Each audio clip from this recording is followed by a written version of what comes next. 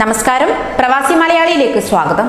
Covid പരിശോധന ഒമാനിൽ സൗജന്യമാണെങ്കിലും സർക്കാർ സംവിധാനങ്ങളിൽ രോഗലക്ഷണമുള്ളവർക്ക് മാത്രമാണ് നിലവിൽ പരിശോധനാ സൗകര്യം ലഭിക്കുക.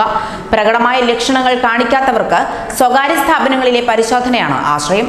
നിലവിലുള്ള PCR പരിശോധനയ്ക്ക് 70 റിയാൽ വരെയാണ് സ്വകാര്യ സ്ഥാപനങ്ങളിലെ നിരക്ക്.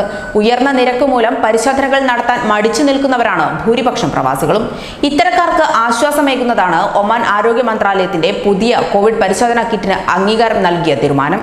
ആരോഗ്യ മന്ത്രാലയത്തിലെ സ്വകാര്യ ആശുപത്രികളുടെ വിഭാഗത്തിന്റെ മേധാവി ഡോക്ടർ മാസിൻ അൽ ഖാബൂരി പ്രാദേശിക മാധ്യമത്തിന് നൽകിയ അഭിമുഖത്തിലാണ് ഇക്കാര്യം അറിയിച്ചത്. 10 റിയാലാണ് പുതിയ പരിശോധനാ കിറ്റിന് ചെലവ് വരിക. ഇത് വൈകാതെ തന്നെ ഒമാനിലെത്തുമെന്നും അദ്ദേഹം പറഞ്ഞു. മഹാമാരിയുടെ തുടക്കത്തിൽ സ്വകാര്യ ആശുപത്രികൾ സൗജന്യമായി പരിശോധന നടത്തിയിരുന്നു. പരിശോധനാ ചെലവ് ആരോഗ്യ മന്ത്രാലയം പിന്നീട് തിരിച്ചു നൽകുമെന്ന ധാരണയിലായിരുന്നു ഇങ്ങനെ നടന്നത്.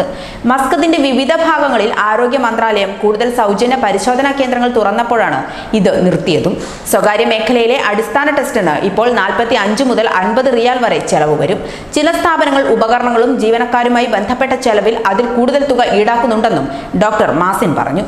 സ്വകാര്യ സ്ഥാപനങ്ങളിലെ ചെലവ് താങ്ങാൻ കഴിയാത്ത രോഗലക്ഷണങ്ങൾ ഉള്ളവർക്ക് മത്ര, സീപ് ഷറാദി, റുസൈൽ എന്നിവിടങ്ങളിലുള്ള വിസ മെഡിക്കൽ സെന്ററുകളിലും ഗാലയിൽ ഹോളിഡേ ഇന്നിന് സമീപവുമുള്ള കേന്ദ്രങ്ങളിലും എത്തി സൗജന്യ പരിശോധനയ്ക്ക് സാമ്പിളുകൾ നൽകാവുന്നതാണ്. ഞായറാഴ്ച മുതൽ വ്യാഴാഴ്ച വരെ രാവിലെ 8:30 മുതൽ 1 മണി വരെയാണ് സാമ്പിളുകൾ ശേഖരിക്കുക.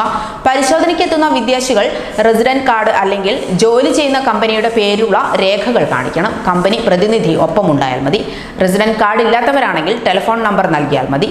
ഇൻഷുറൻസ് ചെലവ് സംബന്ധിച്ച ചോദ്യത്തിന് കിടപ്പിലായ രോഗികളുടെ ചെലവ് മാത്രമാണ് ഇൻഷുറൻസ് കമ്പനികൾ വഹിക്കുകയുള്ളൂ എന്ന് ഡോക്ടർ മാസിൻ മറുപടി നൽകി. മഹാമാരിയുടെയും പ്രകൃതി ദുരന്തങ്ങളുടെയും സമയത്ത് എല്ലാ ചെലവുകളും വഹിക്കാൻ ഇൻഷുറൻസ് കമ്പനികൾക്ക് ബാധ്യതയുണ്ടായിരിക്കില്ല. ഗോനു ചുഴലിക്കാറ്റിന്റെ സമയത്ത് വാഹനങ്ങൾക്കുണ്ടായ തകരാറിന് ഇൻഷുറൻസ് പരിരക്ഷ ലഭിച്ചിരുന്നില്ലെന്ന് ഡോക്ടർ മാസിൻ പറഞ്ഞു. കൂടുതൽ പ്രവാസി വാർത്തകൾക്കായി ഈ ചാനൽ സബ്സ്ക്രൈബ് ചെയ്യുക.